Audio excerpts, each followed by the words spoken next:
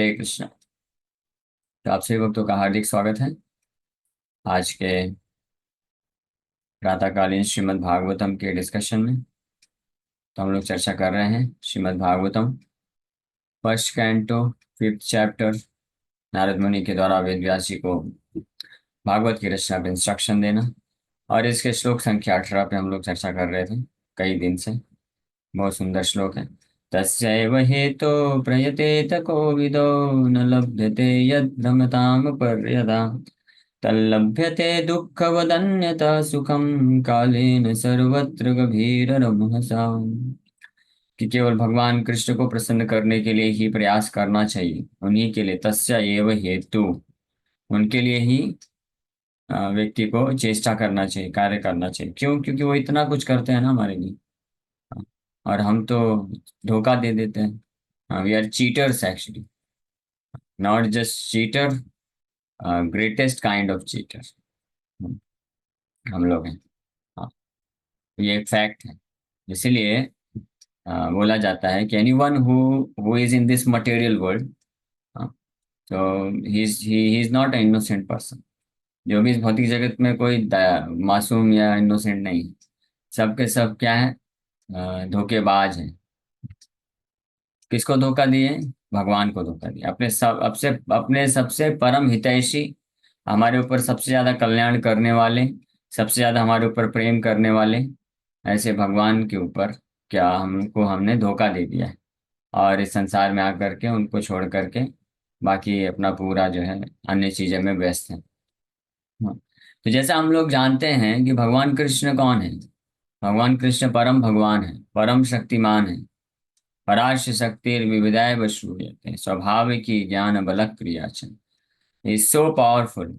Simply by his desires, all the activities of material and spiritual world are carried out. उनके केवल इच्छा करने मात्र से, जैसे बाइबल में भी कहा गया है, God desired let there be creation and there was creation. भगवान ने केवल सोचा कि सृष्टि होनी चाहिए और सृष्टि हो गई। ये है भगवान की अचिंत्य शक्ति। बाइबल में भी इसका वर्णन किया गया है। लेकिन भागवत में इसी चीज को फिर अच्छे से एक्सप्लेन किया गया है कि भगवान की इच्छा करने से स्वाभाविक मतलब नेचुरली, स्पॉन्टेनियसली, जो उनकी शक्ति है स्वाभाविक ही ज्ञान बल क्रिया चा पराश्य शक्ति। भगवान पराश्य मतलब सुप्रीम लॉर्ड, उनकी शक्ति जो विविध प्रकार की होती है और नेचुरली स्वाभाविक रूप से जो है वो कार्य करती है। ज्ञान बल और क्रिया, उसमें तीनों चीज का समावेश है। वास्तव में वो शक्ति क्या है? वो शक्ति की जो पर्सोनिफिकेशन है वो दुर्गा देवी, इस भौतिक सृष्टि की बात करें तो। इच्छानुरूपीमपि यस्य सा चेष्टते, इच्छानुरूपीमपि यस्य च चेष्टते सा, दुर्गा जो है भगवान की इच्छा के अनुरूप कार्य करती है। तो भगवान को कुछ खुद करने की आवश्यकता नहीं है, वो इतने शक्तिशाली है। और इस परफेक्ट इन ऑल एस्पेक्ट, हर तरीके से परफेक्ट है और बहुत ही बुद्धिमान है। सब कुछ होते हुए भी ultimately he is a person, but he is not person like us. वो भगवान एक व्यक्ति हैं और हमारे जैसे व्यक्ति नहीं है, ऑफ कोर्स। ये सुप्रीम पर्सनैलिटी ऑफ गॉड, इसलिए प्रभुपाद जी बोलते हैं Krishna is the supreme personality of God. Krishna परम व्यक्ति हैं, परम पुरुष हैं। लेकिन व्यक्ति है तो इसलिए व्यक्ति के जो लक्षण होते हैं वो भगवान में भी है। हम सब भी व्यक्ति है ना। हमारा भी कुछ फीलिंग्स होता है, भावनाएं होती है। क्यों? क्या कारण है? क्योंकि भगवान की भी फीलिंग्स हैं, भावनाएं होती हैं। Krishna also likes to love somebody. वो भी प्रेम करना चाहते हैं, वो भी प्रेम का आदान प्रदान करना चाहते हैं, वो भी सेक्रीफाइस करना चाहते हैं। हाँ। और वो भी चाहते हैं कि उनको कोई आकर उनको अटेंशन दे। जैसे इस संसार में हर कोई व्यक्ति यही चाहता है ना कि मुझे कोई प्रेम करे, मैं किसी को प्रेम करूँ तो वो भी मुझे प्रेम करे। ये हर किसी का इच्छा होता है। प्रेम का आदान प्रदान करने की जो भावना है, तो वो कहाँ से आ रही है? ये भगवान से ही आ रही है। भगवान में ही अल्टीमेटली ये भावना है। इसलिए वो भगवान जो है पत्थर की तरह, एक स्टोन की तरह नहीं है। बहुत शक्तिशाली है, सब कुछ है, लेकिन उसके बाद भी भगवान व्यक्ति होने के कारण उनकी फीलिंग्स होती है, भावनाएं होती हैं। और इसीलिए वो चाहते हैं कि अलग अलग दिव्य रसों में अपने भक्तों के साथ लीलाएं करते हैं, अपने भक्तों को समर्पित कर देते हैं। अपने भक्तों के लिए वो कुछ भी करने को तैयार हो जाता है, स्पेशली ब्रज में। हाँ, भगवान कृष्ण परम भगवान होते हुए भी जो है अपने भक्तों के अधीन बन जाते हैं, उनसे छोटे बन जाते हैं, उनकी आज्ञा का पालन करते हैं। हाँ, तो इसलिए ये भगवान की एक बहुत महानता है, और उनका ये दिव्य गुण है। हाँ, तो इस संसार में जैसे कोई व्यक्ति जब किसी को धोखा दे देता है, हाँ, तो उसको उसका हार्ट ब्रेक हो जाता है, ब्रोकन हार्ट। तो वो बहुत दुखी रहता है, और उसको ऐसा फील होता है कि मैंने इसके लिए इतना कुछ किया, सब कुछ किया, फिर भी इसने मेरे को क्या दिया। हाँ, मुझे धोखा दे दिया। हाँ, स्पेशली अगर यूथ के कॉन्टेक्स्ट में बोले तो ऐसे ऐसे अनेकों केस होते रहते हैं। अदरवाइज मत लीजिएगा, मैं बस समझाने के लिए बता रहा हूँ, ताकि हम समझ सके कि क्या स्थिति है, हमने हमने किस प्रकार से धोखा दिया है। हाँ, जैसे कोई यूथ होता है, कॉलेज में होते हैं, या आजकल तो स्कूल में भी हो गया ये सारी चीजें, इसलिए मुंबई जैसे सिटी में तो प्रैक्टिकली हर दूसरा तीसरा जो यूथ है आता है, उसका यही केस रहता है, ब्रेकअप हो गया, गर्लफ्रेंड छोड़ के भाग गए या बॉयफ्रेंड छोड़ के भाग गया, यही सब चीजें होती हैं। और वो लोग इतने दुखी रहते हैं, अपना हृदय पूरा रोने जैसी अवस्था हो जाती है, उनको इतना दुख लगता है, बोलते हैं कि हमने सब कुछ इतना हमको हमने सब कुछ किया, इतना हम प्रेम किए, लेकिन फिर भी मुझे छोड़ के चली गई, छोड़ के चला गया। हाँ, तो ये इसलिए चर्चा कर रहे हैं ताकि हम समझ सके, क्योंकि ये सारी चीजें जो है लोग देखते हैं समाज में, या कुछ लोग एक्सपीरियंस भी करते हैं, लेकिन नहीं भी एक्सपीरियंस करते तो एटलीस्ट देखते सुनते तो ही हैं। हमने भी ये सब चीजें देखा सुना, एक्सपीरियंस तो नहीं किया, लेकिन एटलीस्ट देखा सुना है, तो हम अंदाजा लगा सकते हैं। कॉलेज में थे या अभी भी मंदिरों में भी कई यूथ आते रहते हैं, और इस प्रकार से रोना धोना करते हैं। तो फिर हम उनको यही बोलते हैं कि आप जो सोच रहे हैं कि किसी ने आपको धोखा दे दिया, आपने किसी के लिए इतना सेवा किया, इतना कुछ आपने प्रयास किया, लेकिन फिर भी आपको रेसिप्रोकेशन नहीं मिला, लेकिन आप खुद क्यों नहीं सोच रहे हैं कि आपने कितना बड़ा धोखा दिया है। जिस प्रकार से अभी आपका हृदय आघात है, हृदय दुखी है, यही केस ले सकते हैं, जैसे कोई भक्त होता है ब्रह्मचारी बन जाता है, तो माँ बाप सोचते हैं कि कितना धोखा दे दिया, उनका हृदय रोते हैं और हृदय टूट जाता है, ऐसा सोचते हैं। ब्रह्मचारी बन जाएगा तो हृदय टूट जाएगा, लेकिन वही उनका लड़का अगर जो है किसी लड़की को भगा करके भाग जाएगा, लेकर चला जाएगा, तो उतना उनको फर्क नहीं पड़ेगा। बोलेंगे फिर सब पूरे समाज में बोलेंगे कि हमारा लड़का तो विदेश में है। तो विदेश में तो है, लेकिन क्या करके गया है, आपको छोड़ के भाग के चला गया है, आने वाला भी नहीं है, कभी आता है कभी नहीं आता है। तो वो चलेगा लोगों को। हाँ, आजकल के ये इतना बड़ा दुर्भाग्य हो गया है कि पेरेंट्स को, अगर उनका जो बच्चा है, उनके जो बच्चे हैं, वो पाप कर्म करने में लगे रहें, उनको कोई उसकी परवाह नहीं है, लेकिन वो बस पैसे कमाएं और समाज में हमारा नाम रोशन करें कि फलाना फलाना का लड़का जो है अमेरिका में है, लंदन में है, या गवर्नमेंट ऑफिसर है, ये है वो है, फलाना ढिमकाना है, लेकिन कितना भी पाप करे उससे कोई फर्क नहीं पड़ता है। ये बड़ा दुर्भाग्य है। लेकिन अगर वही कोई जो है भगवान का भक्ति करने लग जाता है, भक्त बन जाता है, तो सोचते हैं कि अरे ये क्या, ये पूरा नाम डुबा देगा, इस्कॉन से ये जुड़ गया है, अब क्या लोगों को पता चलेगा तो लोग क्या सोचेंगे, कि बहुत सारे इसके नियम कानून होंगे, फिर कौन इसके साथ विवाह करेगा, या कौन, इस प्रकार से लोग जो है ऐसा सोचते हैं। तो सेंट्रल पॉइंट क्या है, अपना खुद का सेंस ग्रेटिफिकेशन, लोग ऐसा चाहते हैं। हाँ, तो लेकिन अगर ये भी सोचा जाए कि कोई है जो भक्त बन जाता है, ब्रह्मचारी बन जाता है, माँ बाप को छोड़ देता है, तो माँ बाप को दुख होता है, लेकिन हमको ये सोचना चाहिए कि हमने कितना दुख नहीं दिया है। हमने भी तो दुख दिया है ना, हमने भी धोखा दिया है। यहाँ पे तो जैसे कोई लड़का है या लड़की है, अपने बॉयफ्रेंड गर्लफ्रेंड को छोड़ के चला जाता है, तो कुछ सालों का रिलेशनशिप था जस्ट, और माँ बाप का बच्चों से कुछ सालों का रिलेशनशिप होता है, 18 20 साल 25 साल का संबंध होता है बस। और उतने ही संबंध में हमको इतना दुख होता है जब वो हमको छोड़ के चला जाता है। लेकिन और हमने तो उनके लिए इतना कुछ किया भी नहीं है, ज्यादा तो हम क्या करते हैं। लेकिन अगर हम ध्यान से विचार करें इस बात पे थोड़ा सा बैठ करके गहराई से, कि हमने यही कार्य किया है भगवान कृष्ण के साथ। भगवान कृष्ण के साथ हमारा जो संबंध है नित्य सनातन संबंध है, हमेशा हमेशा के लिए है। और भगवान हमारा हर जन्म में हमेशा पालन पोषण करते हैं, हमको हर प्रकार की सुख सुविधा देते हैं, हमको दिव्य आनंद प्रदान करने के लिए तैयार हैं, सब कुछ देने के लिए तैयार हैं। लेकिन फिर भी हम उनको ना बोल करके छोड़ के भाग जाते हैं, तो क्या ये धोखा नहीं है? क्या हम भगवान का हार्ट ब्रेक नहीं किए हैं? हाँ, हार्ट ब्रेक हम किए हैं ना। तो इस पे विचार क्यों नहीं करते हैं? हम केवल अपने बारे में ही क्यों सोचते हैं कि मेरा इस संसार में कोई केयर नहीं करता है, मैं मेरे को हमेशा धोखा मिलता है। यहाँ तक कि भगवान को भी ब्लेम कर देते हैं कि हमने इतना भगवान का भक्ति किया, इतना जप किया, सब किया, फिर भी भगवान ने मेरे साथ ऐसा क्यों किया। हम केवल इस पे ही क्यों विचार करते हैं कि इस जन्म में, हाँ, वो भी हमारे पूर्व कर्म के अनुसार होता है। हमारे पूर्व कर्मों के पाप के अनुसार हमको इस संसार में दुख मिलता है। हाँ जी, वो माध्यम कोई भी हो सकता है। संसार में जो भी हमको दुख मिलता है, किसी व्यक्ति से मिलता है, वस्तु से मिलता है, उसका कारण क्या है? वो हमारा आसक्ति होने के कारण और पिछले जन्मों के हमारे पाप कर्म के कारण हमको दुख मिलता है। तो हमारे खुद के पाप कर्मों के कारण मिलने वाले दुख को हम भगवान को ब्लेम कर देते हैं कि भगवान हमारे साथ ऐसा क्यों कर रहे हैं। लेकिन कभी हम ये सोचते हैं कि हमने भगवान के साथ क्या किया है? हम तो केवल एक जन्म के अपने दुख को लेकर बैठे हुए हैं। वो तो भगवान की बहुत बड़ी कृपा है कि भगवान हमारे, हाँ, पिछले जन्मों को हम सब भुलवा देते हैं, तो हमारे पिछले जन्मों का जो भी दुख है हम सब भूल चुके हैं।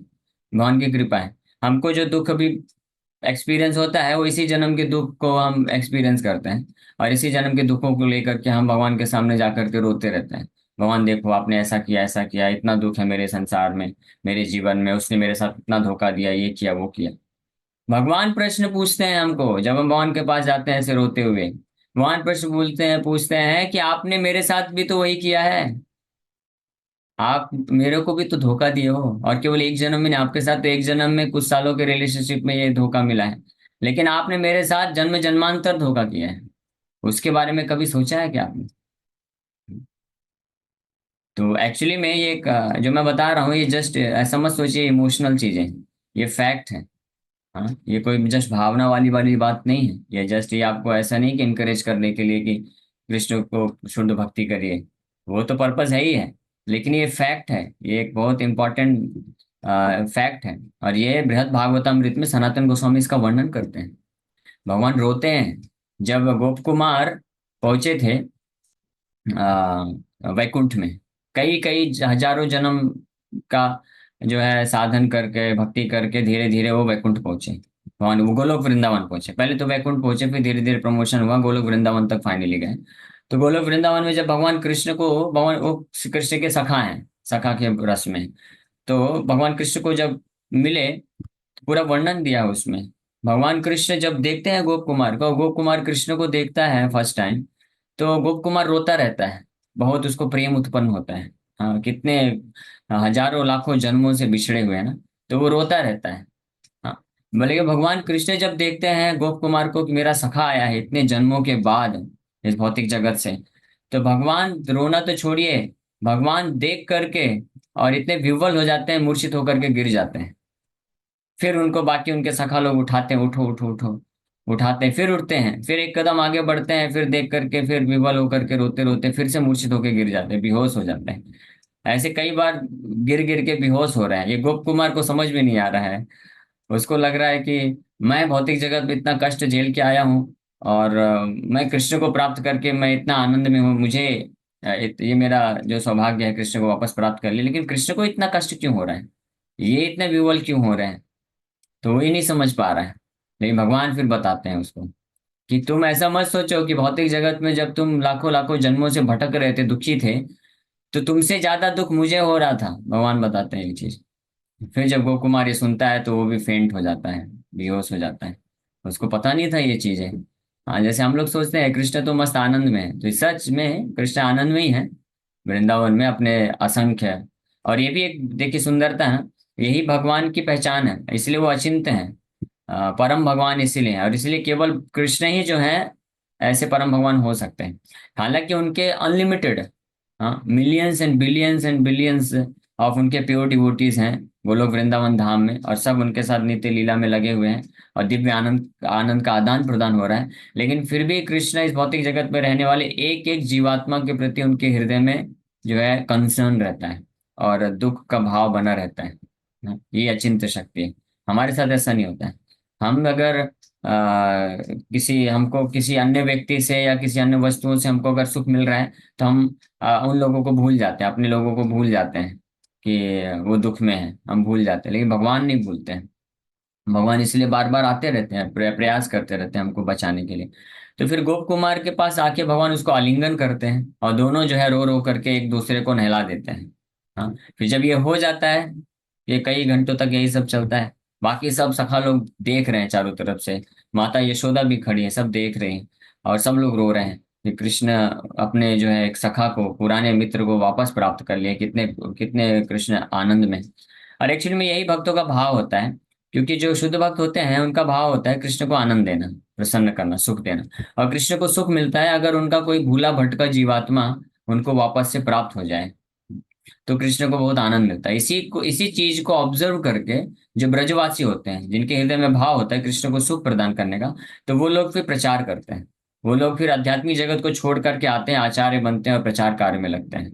हाँ, और इस भौतिक जगत में भी जो भक्त होते हैं, इसी भावना के साथ कि कृष्ण को हमको प्रसन्न करना है, कृष्ण को सबसे बड़ा सुख और प्रसन्नता तब मिलेगी जब इस संसार के जितने भी भटके हुए जीवात्माएं हैं वो कृष्ण के पास वापस आकर के कृष्ण का आश्रय प्राप्त कर ले, तो इससे भगवान जो है खुश हो जाएंगे। तो भगवान को खुश करने के लिए, प्रसन्न करने के लिए, सेटिस्फाई करने के लिए, not with any material motivation, कोई भौतिक लाभ प्राप्त करने के लिए, ये सेटिस भगवान को ये जो प्रसन्न करने का या संतुष्ट करने का भावना भक्तों के हृदय में होता है, तो ये कोई कंपनी के बॉस और एम्प्लॉय के बीच का नहीं है रिलेशनशिप। एम्प्लॉय भी होता है जो अपने मैनेजर को खुद से संतुष्ट करने की कोशिश करता है, तो उसका तो उद्देश्य रहता है, वो तो पैसा, प्रमोशन चाहता है, पैसा चाहता है, छुट्टी चाहता है, इसलिए करता है। नहीं, भक्तों का ये भाव नहीं होता, भक्त को प्रेम होता है कृष्ण से, इसलिए कृष्ण को हमेशा सुखी देखना चाहते हैं। लेकिन भक्त लोग देखते हैं कि कृष्ण को दुखी भी हैं, तो क्या दुख है, तो कृष्ण अपने हृदय की बात शेयर करते हैं, वो है भगवत गीता। तो फिर वो भक्त जो होते हैं भगवान के इस हृदय की बात को जान करके पूरा अपना जीवन जो है रिस्क में लगा करके प्रचार प्रसार करते हैं। तो ये भक्तों का भाव होता है। तो इस प्रकार से गोप कुमार और कृष्ण के बीच में वार्तालाप चल रहा है। फिर भगवान कृष्ण डांटते हैं, गुस्सा हो जाते हैं गोप कुमार के ऊपर, उसको डांटते हैं और उसको पूरा उसके जो हजारों हजारों जन्मों का पूरा जो है जो भी रिकॉर्डिंग था एलसीडी में दिखा देते हैं कि देखो कैसे कैसे तुम जो है हमेशा मुझे त्यागते रहे, और मैं हमेशा प्रयास करता रहूं, अलग अलग तरीके से तुम्हारे पास आता था मैं तुमको अपने धाम में वापस लाने के लिए, लेकिन तुमने कभी जो है ईगरनेस नहीं दिखाया। हाँ, और मैं इतना प्रयास किया। फिर गोप कुमार जब ये सब चीजें सुनता है तो वो तो पूरा विह्वल हो जाता है और रोने लग जाता है कि मैं कितना बड़ा धोखेबाज था।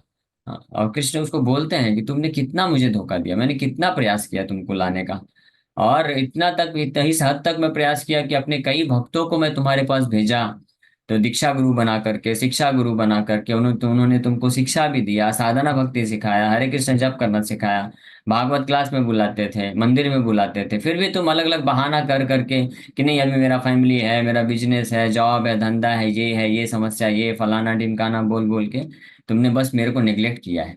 हाँ, इतने इतने जन्मों से मैं तुम्हारा इंतजार कर रहा था और तुम नेग्लेक्ट करते गए बस मुझे। जब भी, और तुम कई बार तुम जो है ऐसे पाप कर्म कर देते थे जिसके कारण तुमको पशु योनि प्राप्त हो जाती थी, और मैं इधर परेशान बैठा रहता था क्या करूं। हाँ, और फिर नेचुरली स्वाभाविक रूप से अलग अलग योनियों को क्रॉस करके जब मनुष्य जीवन तुमको मिलता था, तो मेरे हृदय में एक आशा की किरण आ जाती थी कि अब इसको मनुष्य जीवन मिल गया है, अब मैं इसके पास भक्तों का संग भेजूंगा और अब ये भक्ति करके इसी जन्म में वापस आ जाएगा। हाँ, लेकिन क्या होता था, मेरी सारी आशा पे तुम पानी फेर देते थे, उस मनुष्य जीवन का भी लाभ उठाते नहीं थे, और केवल मेरी पत्नी, मेरे बच्चे, मेरा सोसाइटी, समाज, देश, परिवार, इसी में उलझे रहते थे, भक्ति करते नहीं थे, और इस प्रकार से वापस से जन्म लेते थे, फिर बारंबार जन्म लेते लेते ऐसे होता था। ऐसे तुमने कई बार मनुष्य जन्म लिया, और जब जब मनुष्य जन्म लेते थे तो मेरे को लगता था कि इस बार भक्ति करके मेरे पास आ जाएगा ये, लेकिन फिर भी तुम सीरियस नहीं हुए। तो अल्टीमेटली मुझे विवश होकर के जो है मैं मुझे खुद आना पड़ा तुम्हारा गुरु बन करके। और उसके भी पहले कौन बोलते हैं कि मैं इतना फैसिलिटी दिया, सब कुछ किया, तुम तैयार ही नहीं थे, इसलिए मैंने तुमको अपने धाम गोवर्धन में जन्म दे दिया, ये सोच करके चलो मेरे धाम में रहेगा, गोवर्धन में रहेगा। तो इधर फिर बहुत कई भक्त लोग रहते हैं, आते जाते रहते हैं, साधन भजन करते हैं, विरक्त होते हैं, तो उनको देख करके ये भी प्रेरित होकर के सब कुछ आसक्ति को त्याग करके मेरा भजन में लग जाएगा, हृदय को पूरी तरह से शुद्ध करके फिर मुझे प्राप्त कर लेगा। हाँ, लेकिन उधर भी जन्म लेकर के तुमने क्या किया, केवल गोचरण करते रहे, गैया चराते रहे। हाँ, गैया तो चराना अच्छी बात है, लेकिन मेरे साथ आओ ना, इधर गोलोक वृंदावन धाम में मेरे साथ गैया चराओ, वहां अकेले अकेले गैया क्यों चरा रहे हो। ऐसे कुछ लोग होते हैं, गौ सेवा करना बहुत अच्छी बात है, नो डाउट अबाउट इट, लेकिन कृष्ण का भक्ति नहीं करते, बस गौ सेवा करते रहते हैं। तो गौ सेवा करना जीवन का लक्ष्य नहीं है, गौ सेवा करना है लेकिन कृष्ण के संग में करना है, अपना स्वतंत्र रूप से नहीं। गाय किसकी है, गोपाल की है, तो गोपाल के साथ कृष्ण का सेवा, गाय का सेवा करना है, वो है गोलोक वृंदावन धाम में। वहां पे कृष्ण के पास लाखों लाखों गायें हैं, तो उनके वो डेली कृष्ण लेके जाते हैं गोचरण के लिए, तो उनके साथ जाके करना है, प्रेम के आदान प्रदान करना है। ये नहीं कि अपना स्वतंत्र रूप से बना के बैठे हैं यहाँ पे संसार और अपने मनमाने ढंग तरीके से करते रहते हैं। तो ये कृष्ण को पसंद नहीं है। कृष्ण चाहते हैं हम कृष्ण की शुद्ध भक्ति करें और अपने आप को उनके धाम में लेके जाएं और उनके संग में रह करके, उनके आश्रय में रह करके हम सेवा कार्य करें, आनंद आनंद प्रदान करें। तो इस प्रकार से भगवान फिर बोलते हैं कि इतना तुमने मुझे धोखा दिया, और फिर फाइनली जब फिर भी तुम जो है नहीं सुधर रहे थे, तो फिर मैं खुद ही जयंत के रूप में तुम्हारा जो गुरु बन के आया, तो मैं खुद ही था, तुमको पता भी नहीं है वो चीज। और फिर मैंने तुमको पूरा शिक्षा दिया, फिर प्रेरित किया, फिर जब करा करके इस प्रकार से आगे लेके गया। तो इसीलिए बोला जाता है कि जो गुरु होते हैं हमारे जीवन में, वो वास्तव में कृष्ण के ही द्वारा भेजे जाते हैं, या कृष्ण ही अपने आप को गुरु के रूप में प्रकट करते हैं, या अपनी दया के कारण भगवान प्रकट करते हैं, है ना। और ऐसे अनेकों एपिसोड है, तो इसलिए वास्तविक जो एक्चुअल कंट्रोलर है वो कृष्ण है। कृष्ण ऊपर से मैनेज करते हैं। यहाँ पे कोई उनका भक्त होता है जो कृष्ण को संतुष्ट करने की भावना से प्रचार कार्य के लिए बाहर निकलता है, और यहाँ पे भटकते हुए जीवात्माएं होते हैं जिनको भगवान प्रयास करते हैं कि कैसे इसको कनेक्ट किया जाए, कैसे इसके हृदय में इच्छा आएगी मेरे को प्राप्त करने की। जहां भी देखते हैं कोई सिंसियर सोल रहता है, उसके हृदय में इच्छा होती है, तो भगवान दोनों को भिड़ा देते हैं, दोनों आमने सामने आ जाते हैं, और फिर वो भक्ति के उपदेश को प्राप्त करके भटकता हुआ जीवात्मा फिर धीरे धीरे कृष्ण की भक्ति में लग जाता है। ऐसा ही भगवान किए किसके साथ, ध्रुव महाराज के साथ। ध्रुव महाराज तो निकल गए थे, ध्रुव महाराज थोड़ी ना गए थे कि जाके मैं नारद मुनि का आश्रय लूंगा। हाँ, उनको तो ध्रुव महाराज के हृदय में इच्छा थी कि मुझे नारायण के चरण कमलों को प्राप्त करना है, और किस लिए गए थे, वो भी भौतिक लाभ प्राप्त करने के लिए। नहीं, भगवान देख लिए, अरे ये तो मेरा आश्रय प्राप्त करना चाहता है, लेकिन ये तो भी कच्चा है, मेरा आश्रय तो ऐसे मिल नहीं पाएगा जब तक मेरे किसी शुद्ध वैष्णव का संग नहीं प्राप्त करेगा, उनसे श्रवण नहीं करेगा, और उनके मार्गदर्शन में रह करके भक्ति नहीं करेगा। तो भगवान ने अरेंजमेंट किया कि ध्रुव महाराज के रास्ते के बीच में भगवान नारद मुनि को भेज दिए। नारद मुनि को हृदय में प्रेरणा दी, जैसे भगवान दोनों के हृदय में, तो नारद मुनि के हृदय में प्रेरणा दिए, जाओ इस रास्ते से आए। और जैसे ध्रुव महाराज बालक को देखे, नारद मुनि बोले, अरे अरे आप कौन हो भाई, इतने छोटे बालक हो, इधर क्यों भटक रहे हो अकेले जंगल में, बहुत खूंखार पशु पक्षी हैं। तो फिर वो बोला, सब कुछ अपना अपना बताया जो भी था, मुझे ये चाहिए, ये प्राप्त करना, मेरे साथ ऐसा धोखा हुआ है, ये हुआ है, वो हुआ है। हाँ, वो भी नारद ध्रुव महाराज भी अपना सब बताए, मेरे को इतना इतना धोखा मिला है, मेरी सौतेली माँ ने मेरे साथ इतना दुर्व्यवहार किया है। तो नारद मुनि जानते हैं कि भगवान का क्या आदेश है। हाँ, नारद मुनि बोले कि परम हितैषी भगवान नारायण हैं, हम सब ने उनको धोखा दिया है, आप जाके उनका आश्रय लो। और इस प्रकार से फिर साधन भक्ति बताते हैं, नाम जप करना ये सब सिखाते हैं। तब जो है ध्रुव महाराज भगवान नारायण को प्राप्त कर लेते हैं। उसी प्रकार से हम सबके जीवन में हम देखते हैं कि प्रभुपाद जी जैसे महान शुद्ध वैष्णवाचार्य का हमको संग मिला है, ये भगवान की विशेष कृपा है। The first instalment of Krishna's mercy is that she provides us the association of his pure devotees। ये प्रभुपाद जी एक जगह लिखते हैं चैतन्य चरितमृत में कहीं पे तात्पर्य में, कि भगवान कृष्ण की असली कृपा का जो पहला इंस्टॉलमेंट होता है वो क्या होता है। कैसे हम समझेंगे कि भगवान की कृपा मिलनी हमको प्रारंभ हो चुकी है, ये कैसे पता चलेगा, अगर हम किसी शुद्ध वैष्णव के संपर्क में आ जाते हैं, जिनके उपदेशों के माध्यम से हम भगवान कृष्ण की भक्ति में आगे बढ़ सकते हैं, तो समझना चाहिए this is first instalment of Krishna's mercy, शुरुआत हो चुकी है। हाँ, और हम सबको फर्स्ट इंस्टॉलमेंट मिल गया है शिला प्रभुपाद जी और इस्कॉन के रूप में। तो हमको हमेशा ग्रेटफुल रहना चाहिए भगवान के प्रति, और प्रभुपाद के प्रति, इस्कॉन के प्रति भी। कभी ब्लेम नहीं करना चाहिए भगवान को, स्पेशली भगवान को कभी ब्लेम नहीं करना चाहिए। भगवान परम हितैषी, वी आर नॉट क्वालिफाइड, हम योग्य नहीं है भगवान को ब्लेम करने के लिए बिल्कुल भी, क्योंकि हम तो धोखेबाज नंबर एक हैं। हम कृष्ण को धोखा दे के आए, फिर भी कृष्ण हमारा पालन पोषण कर रहे हैं इस भौतिक जगत में। हम नास्तिक बन जाते हैं, हम कोई केयर नहीं करते हैं, हमारा वास्तविक संबंध उनके साथ। हमको बोलना चाहिए कृष्ण आप हैं, ये आप ही के एकमात्र मेरे हैं, लेकिन हम क्या बोलते हैं, ये पत्नी मेरे हैं, ये मेरे बच्चे मेरे हैं, माँ बाप मेरे हैं, सोसाइटी मेरा है, भारत मैं भारतीय हूँ, मैं ये हूँ वो हूँ, ये सब चीजें हम टैग लगा लेते हैं, डेजिग्नेशन। और कृष्ण के पास जाके बोलते हैं। कृष्ण फिर भी ये सब सोचो सहन कर लेते हैं, और हमारे पे फिर भी दया दिखाते हैं, बोलते हैं ओके ओके। हाँ, फिर भी हमारा पालन पोषण करते हैं और हमको गाइडेंस देने का प्रयास करते हैं। हाँ, तो ये सब मैं इसलिए बताया, इस श्लोक में ये सबसे महत्वपूर्ण चीज है कि नारद मुनि यहाँ पे इसलिए बोल रहे हैं तस्यैव हेतु प्रयतेत। कैसे परम भगवान कृष्ण के लिए ही केवल हमको जीवन समर्पण करने का प्रयास करना चाहिए। हमने उनको ऑलरेडी इतना धोखा दिया है। हाँ, कभी ये नहीं सोचना चाहिए। हमको विचार करना चाहिए। हम तो केवल अपने एक जन्म के कुछ दुखों के बारे में जानते हैं ना, लेकिन कभी कृष्ण के हृदय के दुखों के बारे में भी विचार करना चाहिए कि उनको हमारे करोड़ों करोड़ों जन्मों के दुखों का दुख मिल रहा है, और ऐसे असंख्य जीवात्माएं जो भटक रहे हैं उसका भी दुख मिल रहा है। हाँ, तो इसलिए भक्त लोग ये सब जानने के बाद आ, का जो है भगवान को समर्पित करना चाहते हैं, और हर वो प्रयास करना चाहते हैं जिससे वो अपनी चेतना को शुद्ध करके कृष्ण में पूर्ण रूप से जो है शरणागति को प्राप्त कर ले। इससे हम भी पूरी तरह से संतुष्ट और सुखी हो जाएंगे, और भगवान को भी हम इस तरीके से जो है सुख या संतुष्टि को प्रदान कर सकते हैं। ठीक है। Hare Krishna, thank you very much. यहीं पे